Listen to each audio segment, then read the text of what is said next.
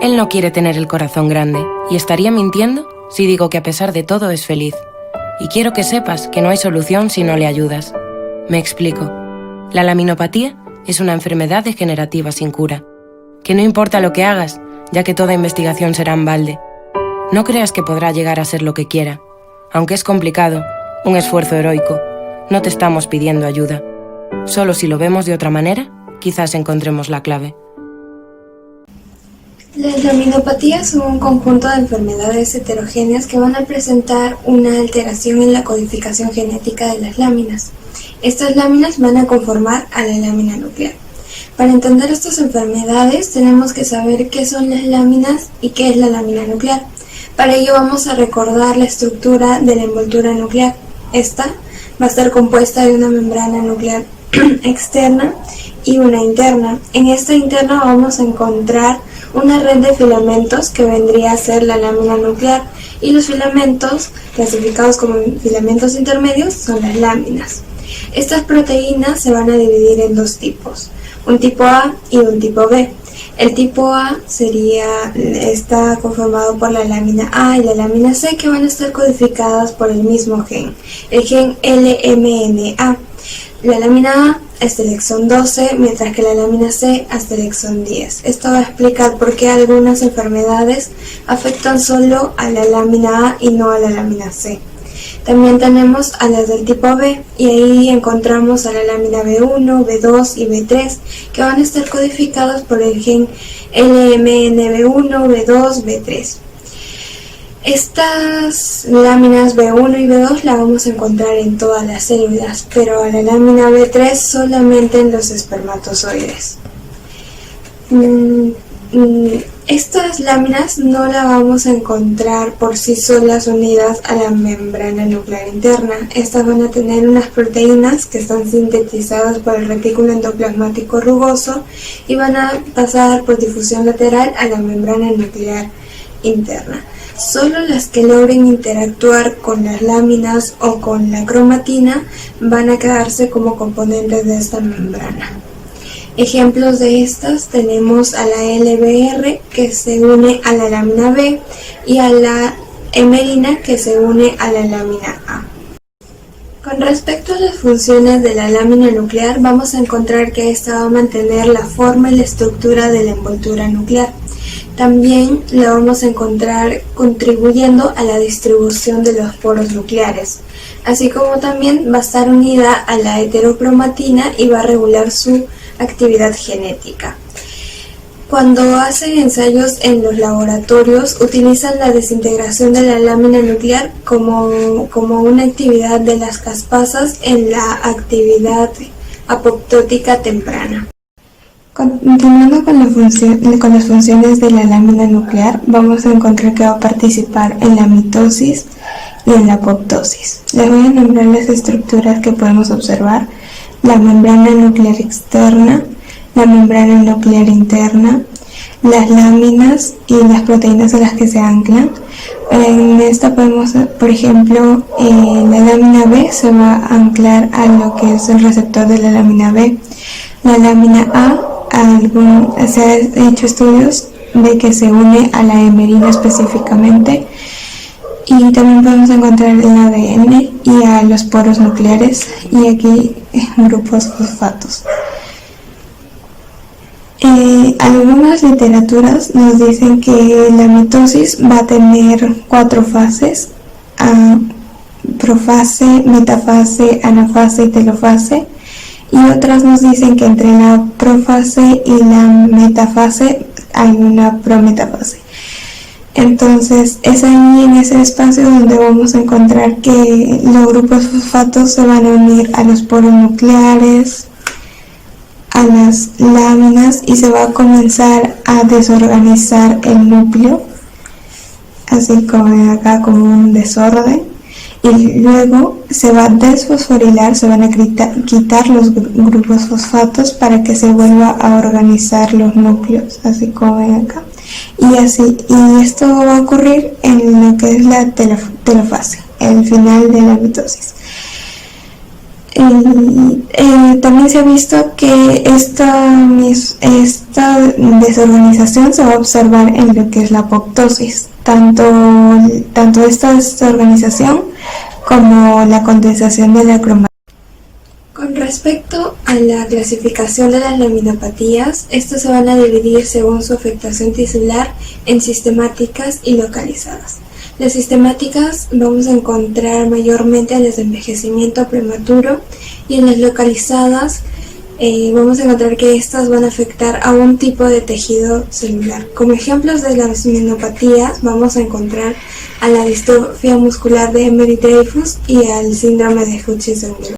La distrofia muscular de Emery-Dreifuss se va a presentar en la infancia o en la adolescencia y se va a caracterizar por una tríada clínica: contracturas articulares como primer síntoma y las otras dos, debilidad muscular y afectación cardíaca acompañada de una bradicardia. Según su patrón de herencia, va a ser recesiva en los genes EMD y FHL1, que se encuentran en el cromosoma X. El gen EMD va a codificar a la hemerina, que tiene un rol en la función del tejido muscular, esquelético y cardíaco, y va a ayudar a la unión de la lámina a la membrana nuclear interna.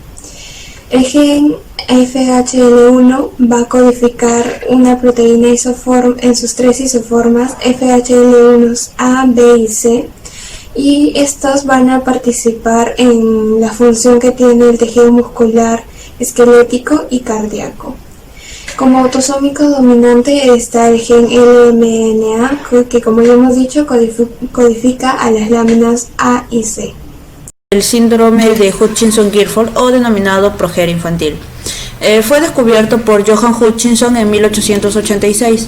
Asimismo, tenemos que fue estudiado y también las características dadas por esta enfermedad por Hastings Gilford en 1904. Buenamente, progeria, tenemos que pro es temprano y geras viejo. Entonces, podemos deducir un poco de qué se trata este síndrome. Este síndrome se puede dar de tres maneras. Bueno, como sabemos, es una enfermedad autosómica dominante. Esta enfermedad autosómica dominante quiere decir, como podemos ver en la imagen, que este gen alterado, ya sea por el padre o la madre, va a manifestarse.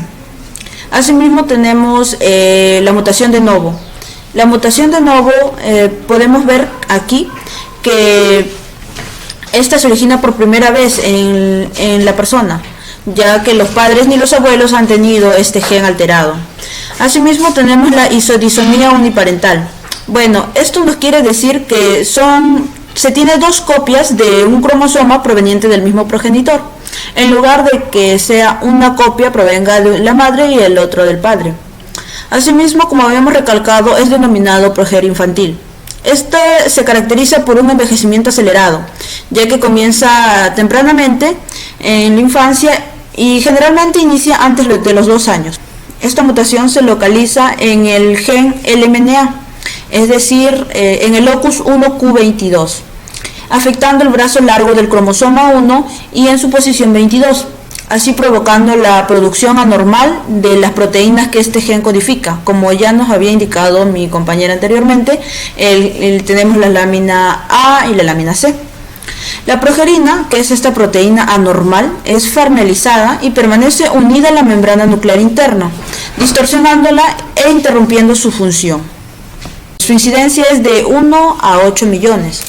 Tenemos como características fenotípicas, como vemos en estas imágenes, a los niños tienen un desarrollo fetal normal, postnatal incluso también normal, pero después del año comienzan a manifestar este envejecimiento acelerado.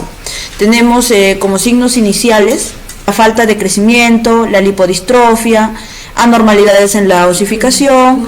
Tenemos asimismo sus características craneofaciales. Vemos aquí una cabeza desproporcionada, vemos las venas del cuero cabelludo prominentes, la alopecia generalizada, ojos prominentes, pestañas y cejas escasas, asimismo unos labios finos, como podemos observar en este niño.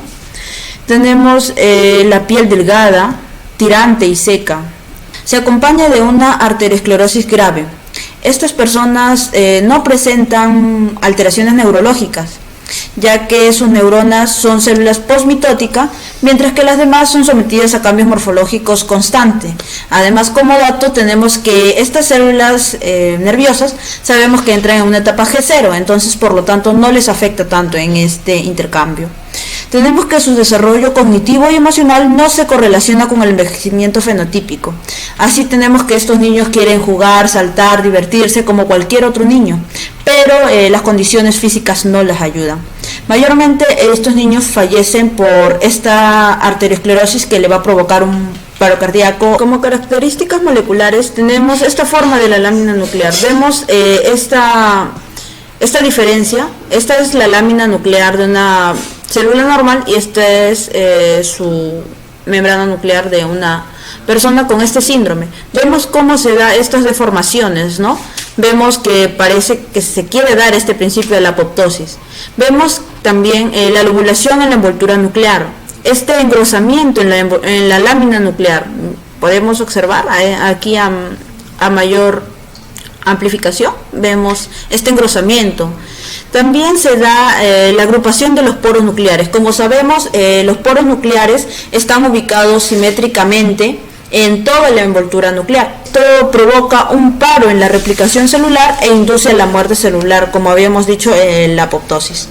Asimismo, como dato tenemos que estas láminas están desordenadas en los núcleos sanos, mientras que en los núcleos con este síndrome tenemos que tienen una posición birrefringente. Entonces, es decir, estos forman microdominios ordenados, empaquetándose estrechamente cerca de la membrana nuclear interna, también llamados nemáticos. Como dato tenemos que los telómeros son las terminaciones de los cromosomas que se acortan conforme se da la división celular y así envejecemos. Bueno, este dato, en los niños con esta progeria nacen con los telómeros suficientemente cortos, entonces por eso se origina. Otro defecto estructural tenemos en su pasaje tardío ya de este síndrome, como habíamos dicho, la pérdida de la heterocromatina periférica. Se sugiere que estos cambios se dan por los factores involucrados en la regulación, es decir, se requiere una organización normal de las láminas para la actividad transcripcional del ARN polimerasa 2, asimismo de los factores de transcripción como las proteínas de unión TATA que están asociadas a estas láminas. Así que esta alteración podría perjudicar todas estas funciones. Vamos a ver su proceso. ¿Cómo se efectúa esta mutación? Bueno, como sabemos, este síndrome se da en la síntesis de la lámina A, es decir, la prelámina A va a madurar y a formar la lámina A. Tenemos que esta mutación típica del gen LMNA es una sustitución de nucleótidos, como habíamos dicho anteriormente, de una citosina a una timina, en su posición 1824.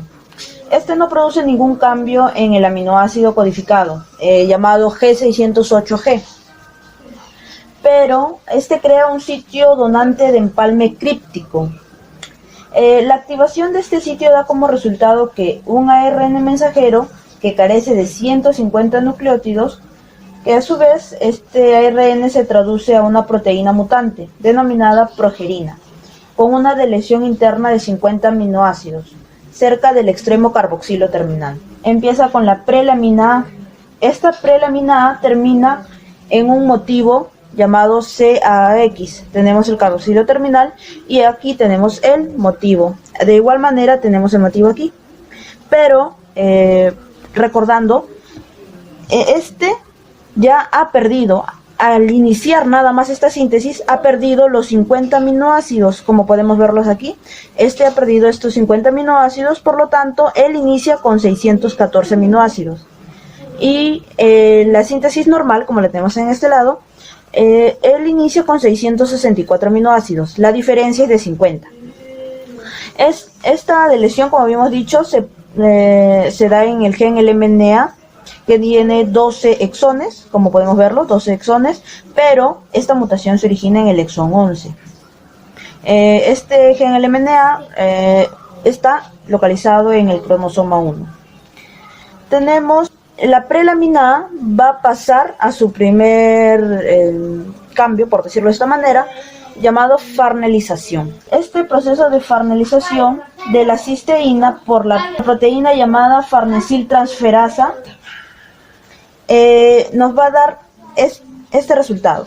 Aquí tenemos que se va a farnelizar, entonces aquí tenemos la farnelización unida al motivo cisteína. Acá tenemos el resultado. Tenemos el primer corte. Después de esta farnelización vamos a tener a la prelamina A y en esta ocasión a la preprogerina A. Vemos que al darse esta unión han perdido los tres aminoácidos, ¿no? Teníamos 661 aminoácidos en el normal y tenemos 611 aminoácidos en el mutado. Asimismo, tenemos que este va a iniciar el proceso de metilación, pero antes de que inicie el proceso de metilación, como dato vemos que esta endoproteasa va a cortar o dar la escisión en ambos lados, en esta posición y también corta en esta posición. Como podemos ver, es lo mismo, ¿ya? Entonces, después de que se da ese corte, vamos a entrar al proceso de metilación.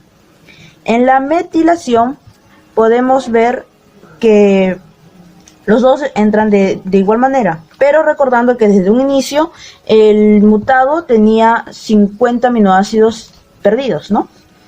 Asimismo, en la metilación se da por la isoprenilcisteína carboxil metiltransferasa. Este va a hacer que los últimos 15 aminoácidos de la prelamina A se recorten mediante esta enzima otra vez. Esta enzima o endoproteasa, como podemos verlo aquí, se va a dar otra vez ese corte. Se origina el corte acá, en esta posición, y aquí vemos la carencia. No se da el corte por la endoproteasa. Entonces, este hecho va a originar la progerina, o bueno, la prelamina mutante, o el progerin, como deseamos llamarlos. En cambio, en este proceso normal que se da el corte por esta endoproteasa, vemos que se origina la lámina madura y bueno, el residuo se va. Esta lámina madura vemos que posteriormente va a ir a integrar la membrana interna de la membrana nuclear. Entonces, como un dato adicional, tenemos que el éster de metilofarnesil es importante para la orientación de la proteína a la membrana nuclear interna. Tenemos que tener en cuenta que, según investigaciones, se han demostrado que esta proteína llamada progerina, ¿no?, también se produce en células normales, pero esta producción aumenta en grandes niveles a medida que se acerca la senectud.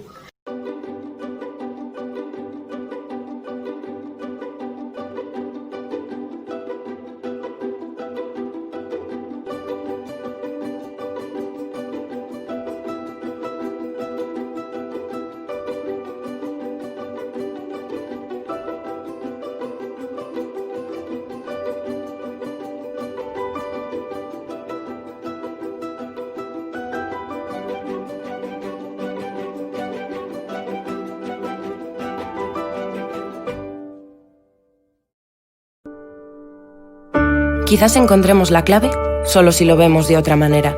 Ayuda, no te estamos pidiendo un esfuerzo heroico. Aunque es complicado, podrá llegar a ser lo que quiera. No creas que toda investigación será en balde, que no importa lo que hagas ya que es una enfermedad degenerativa sin cura, la laminopatía. Me explico, si no le ayudas, no hay solución. Y quiero que sepas que a pesar de todo es feliz. Y estaría mintiendo si digo que él no quiere tener el corazón grande.